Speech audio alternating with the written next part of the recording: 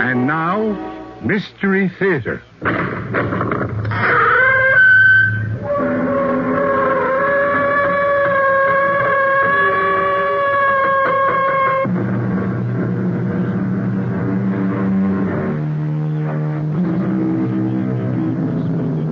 Come in.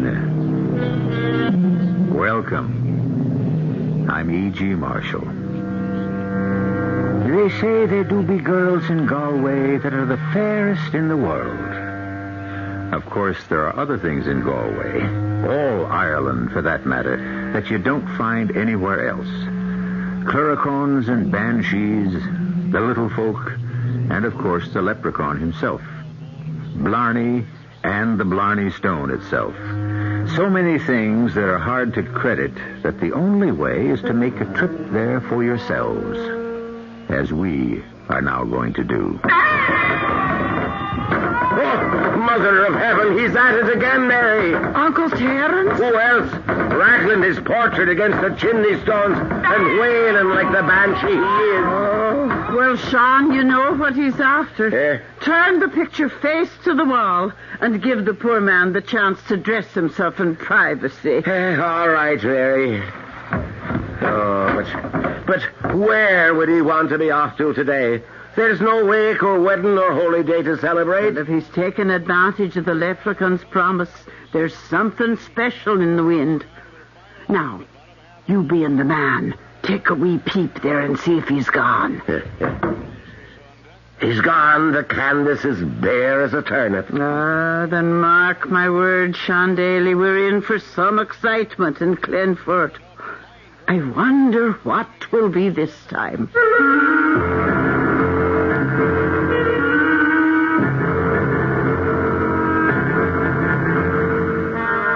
Our mystery drama, The Wakeful Ghost, was written especially for the Mystery Theater by Ian Martin and stars Paul Hecht.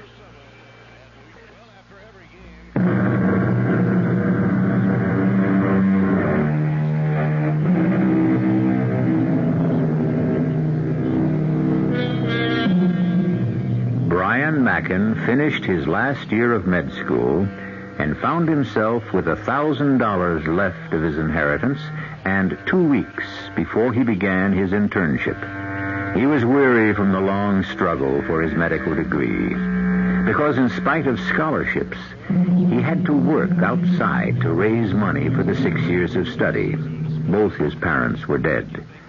So far as he knew, he was alone in the world, but his background was Irish, and he had some vague memory that an aunt and uncle were living still in the old country.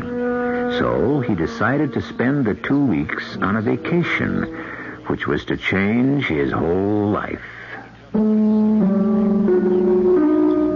Nobody's going to believe this, but it's exactly what happened to me in Ireland. After roaming around a few days in Dublin, I took a train for Ballinasloe and Galway, to the west. The only clue I had to my uncle and aunt was an old postcard with that postmark and their names, Sean and Mary Daly, which is sort of equivalent to John and Mary Smith. I didn't have much hope of finding them, but it was a joy just to have nothing to do with my last 3 days playing detective. No one was more surprised than I when a ruddy-faced little gentleman walked up to me at the station. Sure, now, I couldn't be mistaken, but just for the politeness of the thing and observing the formalities as 'twere. But you wouldn't be Brian Mackin from America. Well, yes, that's exactly who I would be. And now you're maybe wondering who I am. Well, yes, I am indeed. Sure, I'm your great-uncle Terence on your mother's side, once or twice removed, for I was born on the wrong side of the blanket, they say. Oh, I don't know myself nor care, for sure. In my own opinion, I was a changeling, which accounts for my close associations with the true. Well, that's of no matter for the moment. Terence Krushkin is the name. Terence Kinsella Clonmay Krushkin. But sure, Uncle Terence will serve. 'Tis the way most people know me. Well, I'm still puzzled. How did you know me? I've a little cart and a pony waiting, and if we want to get to your aunt and uncle's before dark, I'm thinking we'd best get along, and I'll tell you all on the way.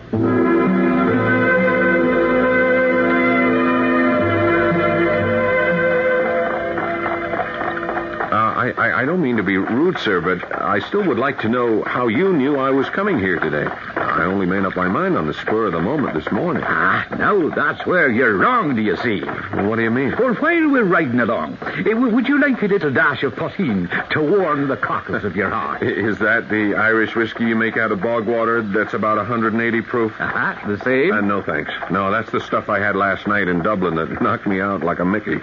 I'm still not over it. Well, now then, to answer your question. Yeah. How I knew to expect you.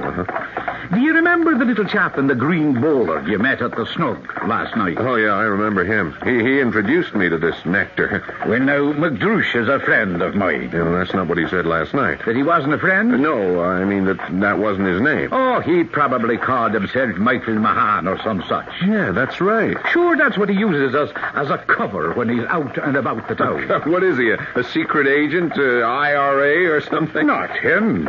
He's all peace and goodwill. He's a leprechaun. A leprechaun? That's right. Oh, God, come on, Uncle Terence. Stop pulling my leg. Michael Mahan was no leprechaun. Did he have a little green bowler? Well, I don't know if you could call it green. It was green. Old. And did he have pointy little ears just under his hat brim at the top, like? Well, as a matter of fact, medically, I was interested because the auricular cartilage was strangely shaped. The what was what? At the top of his ears. There. You see? There's your answer. Enough to convince an American.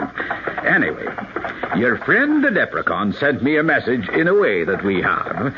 And that's this how must be the greatest put-on of all time. You're not going to tell me you're a leprechaun, too. Oh, no. I'm more of a banshee, you might call me, but with special privileges. Oh, yes, quite special. But that can wait.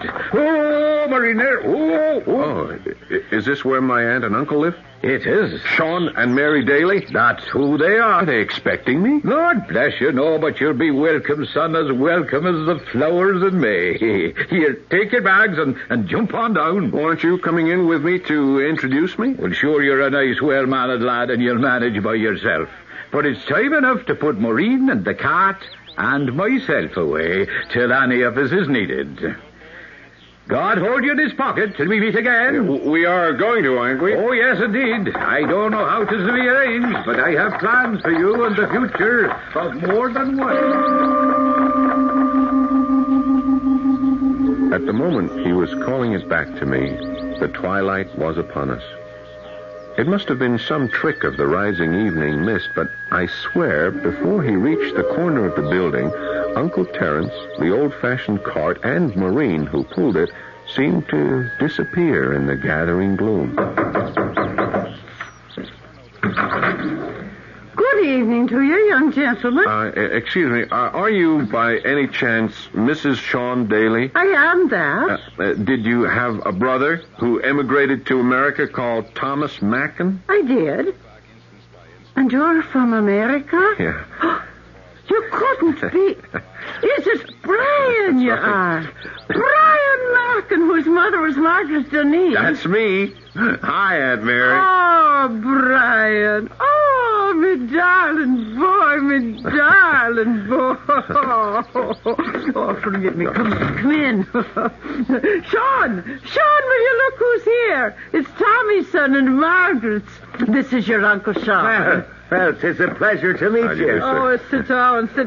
Sean, take the boy's bag. Yes. How did you ever find us? Oh, it's been years since we lost track. Sean and me had to move so sudden like, and our letters seemed to go astray. Now tell me about Tom and Margaret. Well, Mother and Dad both died suddenly within a month of each other. I've been so busy burying myself in schoolwork, I didn't... I let everything else go. Oh, Oh, you poor darling. Oh, if I'd known. Oh, you must tell us all about it. Can I get you a wee nip to settle you? Oh, no, thanks. I'm learning to be careful of Irish nips. Well, then I'll get you something to eat. Now, you'll stay the night with us in a few days. Sure, I've got till the weekend before I have to catch my plane home. Oh. Anyway, I'll wait to have dinner with all of you. Aunt Mary, Uncle Sean, and Uncle Terence. Uncle who? Uncle Terence. He met me at the station, brought me here. I'd never found you without him. He just went to put the horse and cart away. A little mare with one black eye and one white? Yeah, that's Maureen. And did you expect to meet him at the station? No, he absolutely floored me. I mean, the only reason I came to Ballinasloe was because I found an old card from you to Mother with a postmark. I was just taking a wild stab in the dark that someone might know about you or where you live. I wanted to... Well, I mean, as far as I know, you are my only living relative. Oh, we are, darling, we are. Well, I didn't know about Uncle Terence, and, well... And what, Brian? You can be free with us. Well, I don't know what to say. He talked about leprechauns and banshees, you know, that sort of thing. Well, I might have thought he was a little, I guess you'd say touched, except for... Well, I shouldn't talk this way. I loved him. He was fun and amusing and full of a wonderful zest for life, but sort of scary, too. Is he the same at home here? Oh, he can be all of those, though we don't see much of it anymore. Uncle Terence is a great problem to us. Oh, well, I'm sorry. Nothing to do with you. You know, I hope you won't tell him some of the things I just said or intimated. When he comes in for dinner, I mean. He won't be here for dinner. Oh, I thought he lived here. Well, so he does, in a sort of way. I think it's time that we told the boy the truth, Sean, as best we can. Yes. Well, you had a good long look at Uncle Terence. You wouldn't forget him. Oh, no, never. Look behind the picture and make sure... Yes, he's back again. Now, come here. You see this portrait, Brian? Now, would that be Uncle Terence? Oh, yeah. That's him to the life. You're not exactly. The gentleman you are looking at has been dead these 35 years. What? The only problem is that he won't stay decently in his grave.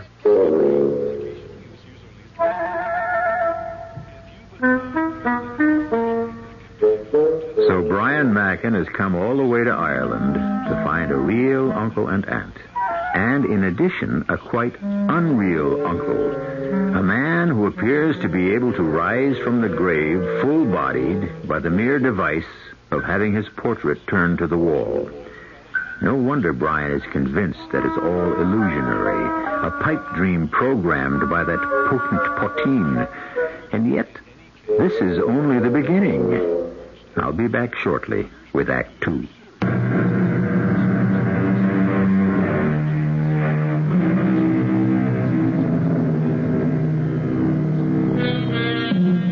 Back again to our world of fantasy and a young American trapped in a web of superstition, illusion, or perhaps just the spell the Emerald Island can weave so easily about any visitor to its shores. Still, whatever doubts and fears he may have taken to bed with him, they are all dispelled by a glorious sunrise that wakes him up with cockcrow. My window faced to the east, with the sun streaming in and striking shafts of golden light from a blue river a few miles away. I climbed out of the host of warm blankets and quilt that covered my bed. The room was cold enough for me to seek the sun's warmth directly. And it was there, at the window, I first saw Sheila. She was not a small girl. She was tall and sturdy, but she walked as though each footfall was no heavier than a feather landing on the ground. She had long brown hair and purple eyes, with a wide mouth that, well, once I saw it break in a smile, made me make up my mind this was going to be my gal. Since she was approaching the house carrying a basket, I don't suppose I ever dressed faster in my life to get down in time not to miss meeting her. Good morning, Brian. And did you sleep well? Oh, yes, the best sleep I've had since I can remember. Sure, it was a short enough one, and you were so tired. Well, that cock was crowing, and... That old rooster, he's an old fake. Small use he is to hens anymore, his best days being over. Never a chick in the last 2 years. There's not over 4 or 5 layers we have left. So Sheila here and me, we have a bargain. Oh, you'll not have met Sheila O'Shaughnessy from the next farm over. Sheila, this is my nephew, all the way from the United States of America. It's a pleasure to make your acquaintance, Mr. Mackin. Brian Mackin. Oh, it's a good West Country name. Mr. Mackin. Yeah, well, my grandfather came from here. From Galway, I mean. They say he was quite a bully boy. Aye. Well, those days are past, praise be. Still, the way things are, we were better off with a shillelagh than a gun. Oh, well, I couldn't agree with you more. Anyone who plans to be a doctor... Is that what you're away to be? Well, I already am. I mean, I've graduated and have my license. Now I have to intern and be a hospital resident for a few years till I start out on my own. Oh, that's grand. I have a great admiration for doctors. No, then this'll have to hold, or the bread'll burn up on us. And I want you to get it home with a little heat left in it. This is Mrs. Daly's bargain with me. I bring her a basket of eggs, and she bakes the most delicious bread this side of heaven. Here's the basket. Keep the towel tucked in good and tight, man. Never fear. That's a heavy basket. Why don't I carry it for you to your house? I was going to give you your breakfast. Yeah, well, it'll wait. I always like a little exercise before I eat. Well, you'll be after getting that, all right. It's a good 1.5 miles to Sheila's place, and a road like a switchback all the way. Oh, the basket is nothing. It's light as a feather. No, I really would like a walk, if you don't object. I don't object. I've a curious turn of mind, and I'd like to hear all about America. What I'd really like you to be able to do is to show it to you, but why don't you show me Ireland first? There. Was that Sheila O'Shaughnessy then? The same. Oh, now, damn it. Well, why didn't she wait long enough for me to get down and get my little morning pack on the cheek, huh? Sure, she has little interest in an old gaffer like you. But you should have seen her reaction to Brian and his to her. Well, will you look at the two of them? She's over shoulder high to him. Oh, what a fine couple they'd make. Don't I know it? And don't I know just as well I should never have let the boy go off with even a pinch of hope in his heart. No, and she can't ever be for him.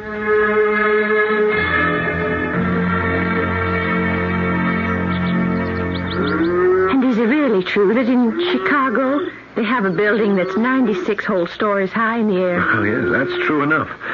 It's so damn high that half the time the people on the top floors can't tell what to wear when they go out. Well, how is that? Well, you see, it's air-conditioned, and when the cloud cover is low, they can't see down to the street, so they don't know if it's raining or snowing or cold or hot or what. Well, you just imagine that now, living above the clouds. It'd be a sort of fairyland. Well, nothing like the one you live in here, right on the ground. Oh, sure. Air is lovely. But there are other lovely places in the world I'd want to see. Hey, you know a lot about America anyway. Well, I watch the telly, you know. And I read a lot. And Oh, here. It's winded you are. I'll slow down a bit. It's just damn hills. Up and down like a roller coaster. That's what Mrs. Daly meant by a switchback. I'm surprised to find myself so out of condition. Will you be staying with the Dalys for a while? On one condition. What's that? That you'll take another walk with me. Tomorrow's Saturday. We could take a picnic lunch along and climb that mountain over there. Oh, I'm afraid I couldn't do that. You have another date? No, it's not that. It's... Oh, you see, my dad's dead, and it's just my mother and me, and she's half crippled with rheumatism. Oh. I couldn't be leaving her all alone all that time, and then... There's the farm chores to be done. I could come over and help you get those out of the way. Dr. Mackin. Brian? Well, it's a bit soon and all. But if you want, Brian. Oh, it's just no good. It's not the way it should be. You don't want to go with me. Is that it, Sheila? Sheila. I do want to, Brian. I do. Oh, well, then come. It'd be my only chance now. I'll meet you. Here, by this brig we're about to cross. And before dawn tomorrow, so we'll not be seen. We'll spend a whole long, lovely day together. With no one the wiser. But can I tell Uncle Sean and Aunt Mary? Oh, don't tell anyone. It's our secret. But the picnic... I'll take care of that. Now, you leave me here. Till tomorrow at, say, 4:30. Well, whatever you say. Sheila... I know. So do I. God help the both of us. She was gone in a second with that light, loping stride that covered ground almost as fast as a man running. I watched her as long as I could, away down that dusty, twisting, hilly road, appearing and disappearing, till at last she was out of sight. But not out of mind. Never out of mind. Sheila. Just her name was a song of love.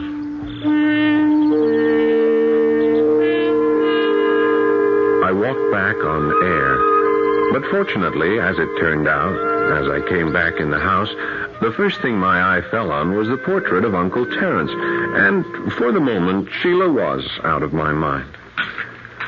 Oh, no, thanks. I couldn't eat another thing. Now, the only thing I'm hungry for now is information. About Sheila, is that you mean? Sheila. No. I'd rather find out about her directly. Brian, about Sheila. Maybe I ought to tell you something. No, Uncle, I'd rather for the moment stick to Uncle Terence. Now, you said he's been dead for nearly 35 years. Oh, yeah, 2 years almost to the day before that portrait was painted. He died in 1940. Now, are you sure of that? Oh, sure, I know it well. I was just a slip of a girl not married to Sean yet. But it was the biggest wake this part of Galway has ever seen. 'Tis a pity he couldn't have enjoyed it for himself. He always was the life and soul of them, with his stories and all. Yes, he does dearly love a wake, just as much as a wedding. I did, Sean. Did what? Did love a wake. But now, look, I saw him last night. I talked to him. He brought me here. Now, lad, you'll have to remember, you had a wee drop taken, and poteen can scramble a man's brain. I can't believe that the drip... How did Uncle Terence die? A hero at Dunkirk. Dunkirk? He was in the First World War, you know, in the Navy. And nothing would do, but he had to be in the last big one, too. But a man 60 years old, they wouldn't take him. No. So he joined up with the Home Guard.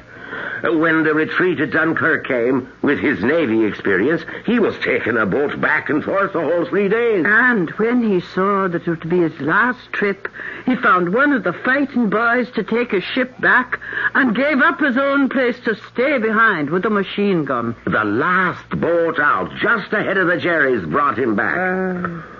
They say he had more lead in him than salt in a full salt cellar. But his finger was still wrapped around the trigger of his gun. It was a sad wake, that, Uncle Terence's. The only sad one I'd ever been to. Although none of them are the same without him to keep the jokes flying. Even Michael Mahan had naught but sorrow in him.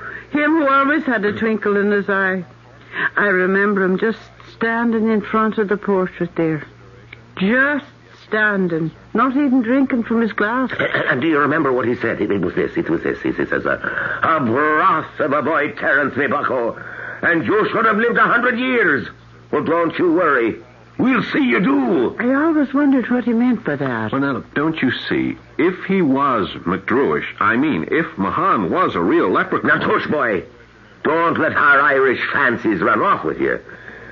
Sure, all he meant was he wouldn't be soon forgotten. Well, now, I have to be off to work, and Mary has things to do, and Brian. Yeah. Don't dwell on Uncle Terence. Find some other thoughts to fill your head. Yes, I have. I have.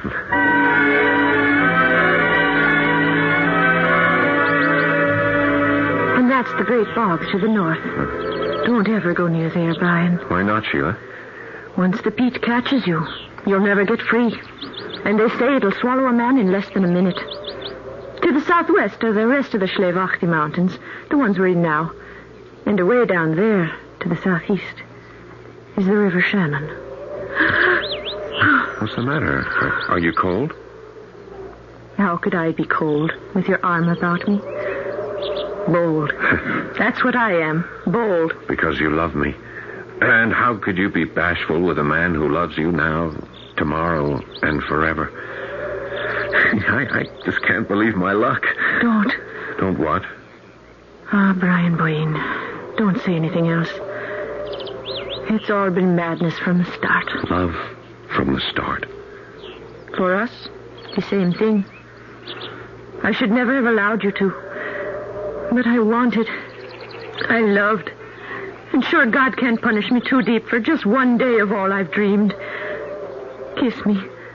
We've got to go. It's twilight already. Oh, just a little longer. And what about tomorrow? We have no tomorrows. Just kiss me. Goodbye, my love. Goodbye, Brian. Goodbye. Again, she was gone from me on the wind, gliding and leaping down the mountain, picnic basket in hand, as sure-footed and graceful as a mountain goat. Sheila! Sheila! Wait! She didn't stop to look back, and I plunged down after her, recklessly and clumsily as a boar. I hadn't gone 50 yards before I caught my foot on some trailing root, falling heavily and knocking myself stone cold for a moment. By the time I came to, she was gone from sight. And in the gathering darkness, limping heavily, it was all I could do to find my way back to the Daly farm.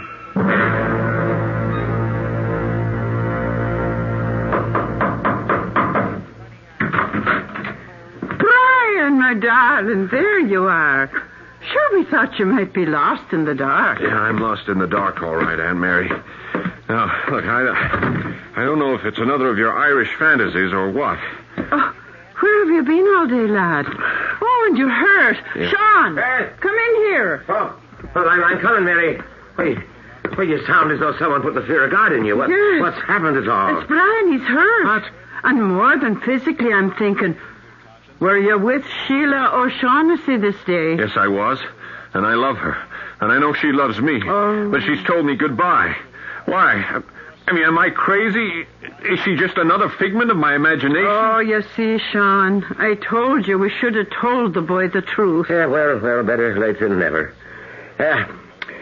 Sheila is engaged to be married to Malachi Malloy. Well, is that all? Huh? Well, then all she has to do is break it. No, she has a marriage contract. Well, surely that has no real legal standing. Today, no.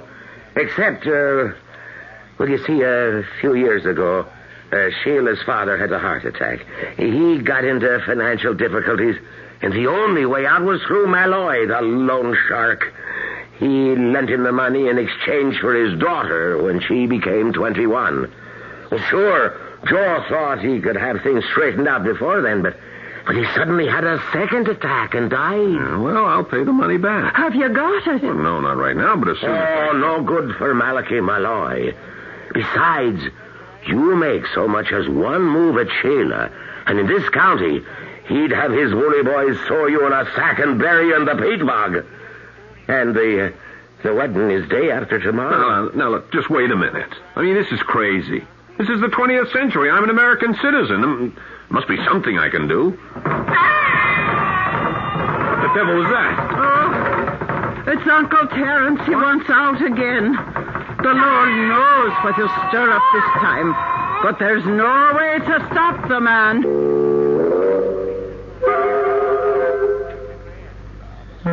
So, here we are back again about where we started. Or are we? But what can Uncle Terence do or undo, even supposing that's what he's after? Still, why couldn't it be, since he's now well established as a denizen of the afterworld? I'll return shortly with Act 3.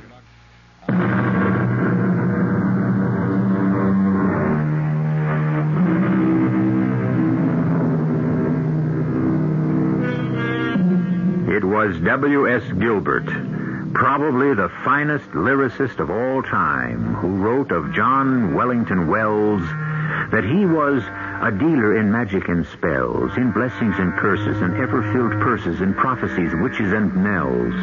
I mention him only because it brings us back to our story of magic, fantasy, and, so far, pleasant sorcery.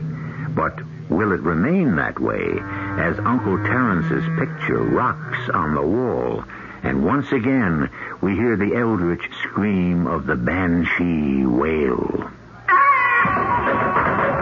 I'll turn the picture to the wall. But if he's going to appear, it'll only be to the one who turns the picture. I think this time we'd better let it be Brian. Look, I'm not going to ask any questions anymore. Just leave me alone. I'll turn the picture. But Brian... Come away, Mary. We're out of this entirely. All right, Uncle Terence, or whoever you are, I am about to turn the picture.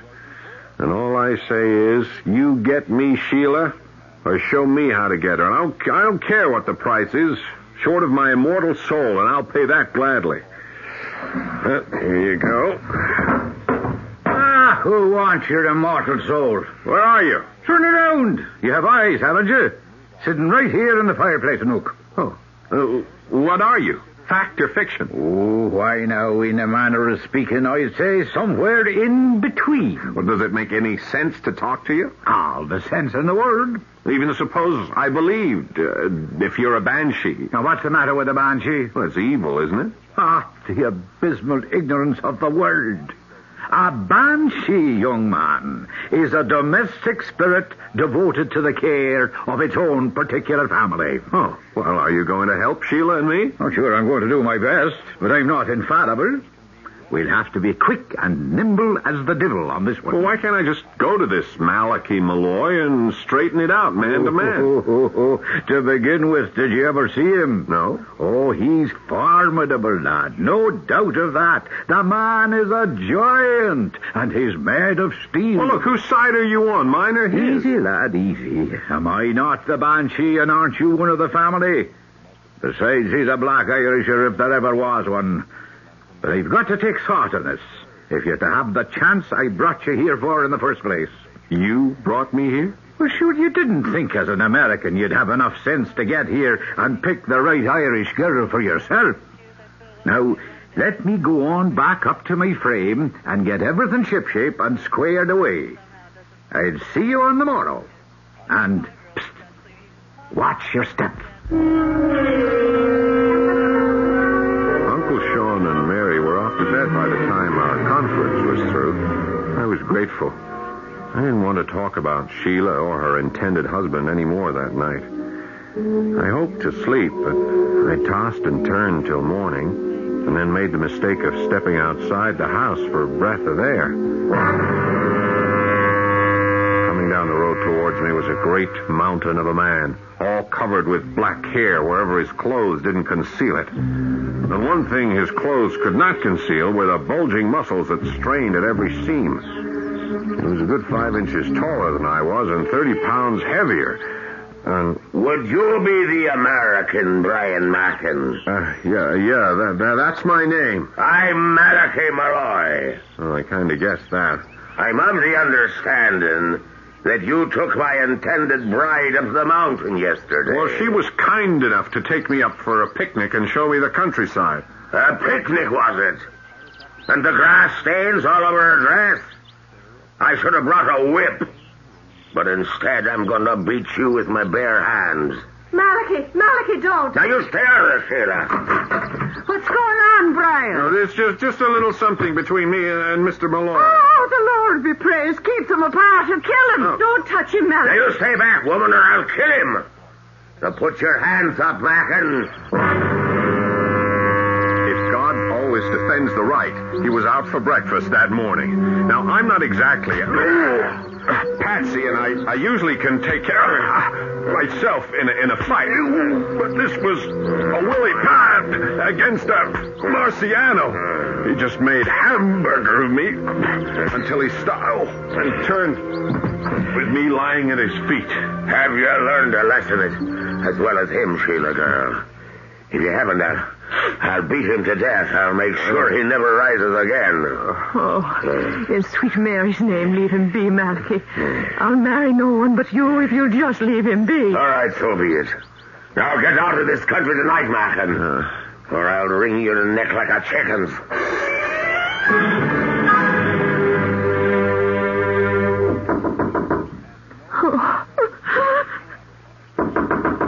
Who's that?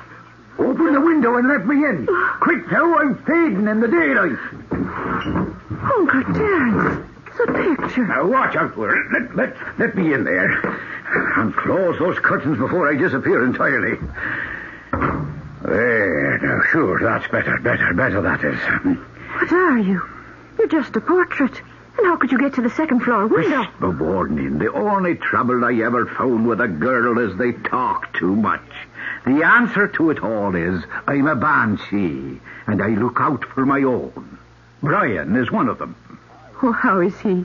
Was he sore hurt? Oh, a few bruises, and maybe he lost a tooth or cracked a rib. But what's that to a broken heart? You should know. Am I right? If you mean the way I feel. I was getting ready to tie a sack of potatoes around my neck, throw myself in the Shannon. Well, now, that'd be a whole lot of help. Now, I have a better idea. How would you like to meet Brian at Tronmelly's Gate on the way into the Great Bog tonight at midnight? I can't do it. I owe my father his debts. And besides, Malachy would kill him. All right. Spare me all the melodramatics. What I mean is, how would you like to convince that hickory-headed, lame-brained Malachy that's what you plan to do? Why? Now, what is a banshee for? Will you let me take care of the arrangements from then on? I will, Uncle Terence. I will. And, if I'm successful, will you let me give you away when you marry Brian? How could a banshee do that? Oh, you let me handle that, too. Just say yes. Yes. Oh, yes. Yes.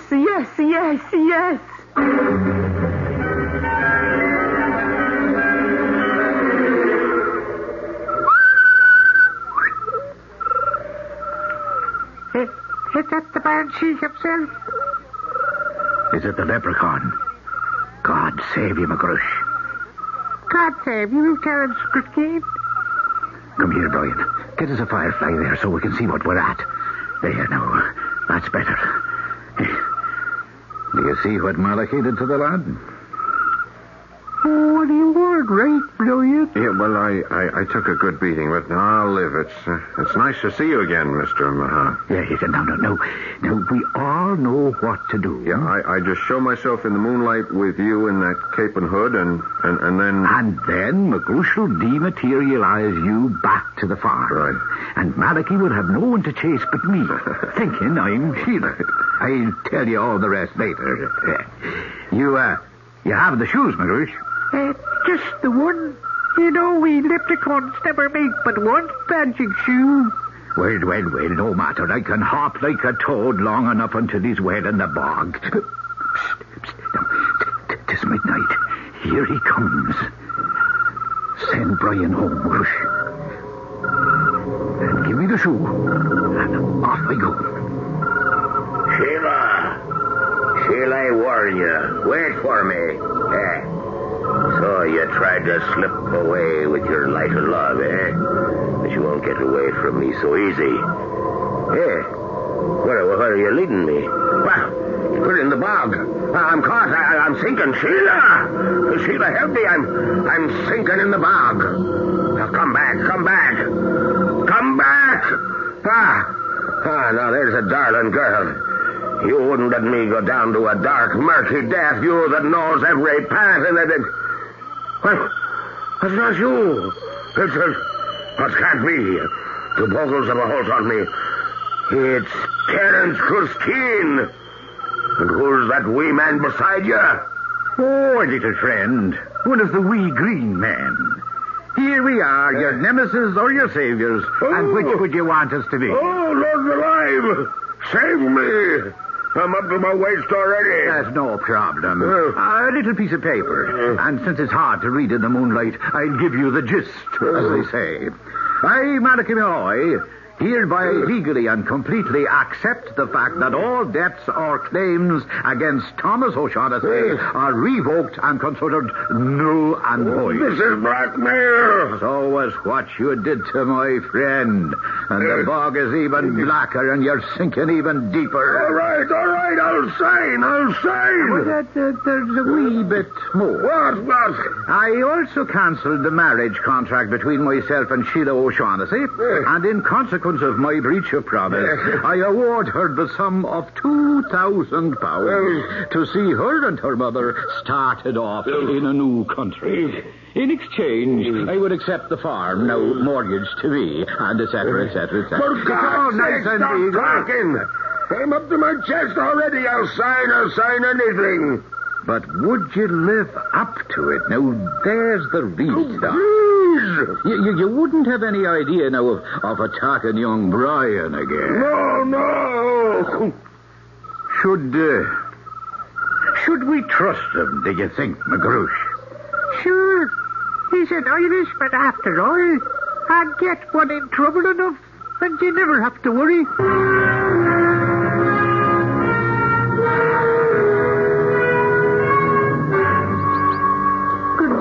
Happy future. Don't forget to send pictures of the wedding.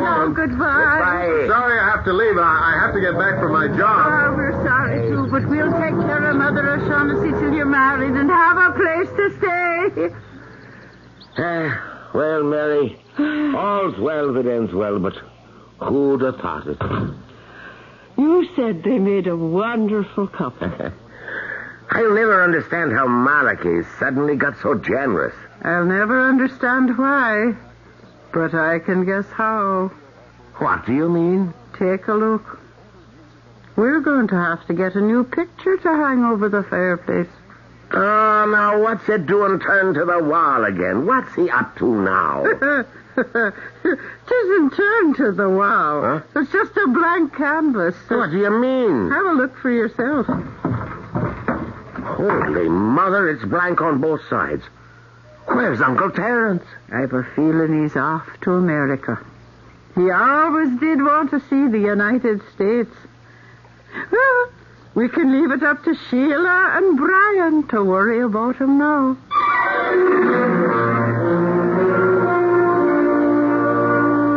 You can believe it or not, but to the best of my knowledge, that's the way it happened. And if there was a lot of magic in it, there's just as much in love.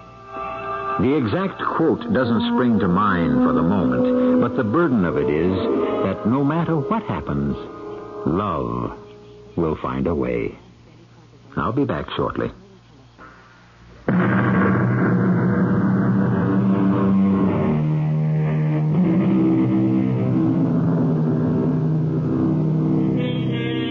Brian and Sheila were married a month later in the States. Everyone who was there agreed they were as handsome a couple as you could ask for. But the real hit of the celebration was a shortish, ruddy-faced little gentleman with an Irish accent to go with his Irish face and his Irish wit. It was sad that he died so soon after the wedding, but it was hard to cry for him, remembering all the laughs he brought with him. Our cast included Paul Hecht, Virginia Payne, Jada Rowland, Leon Janney, and Ian Martin. The entire production was under the direction of Hyman Brown. This is inviting you to return to our Mystery Theater for another adventure in the macabre. Until next time, pleasant dreams.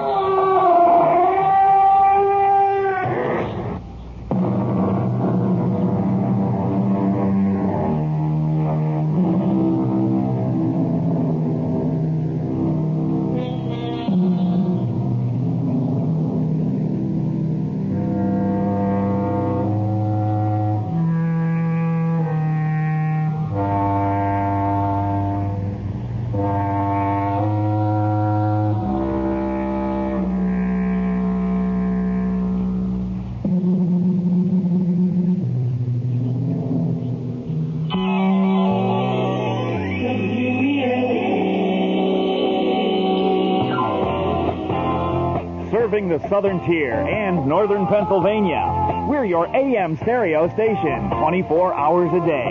1410 WELM Elmira, a Robert Buckner Group station. Growing pre-election tensions in South Africa and U.S. aid arriving in Colombia. With Mutual PM, I'm Carrie Moran in Los Angeles.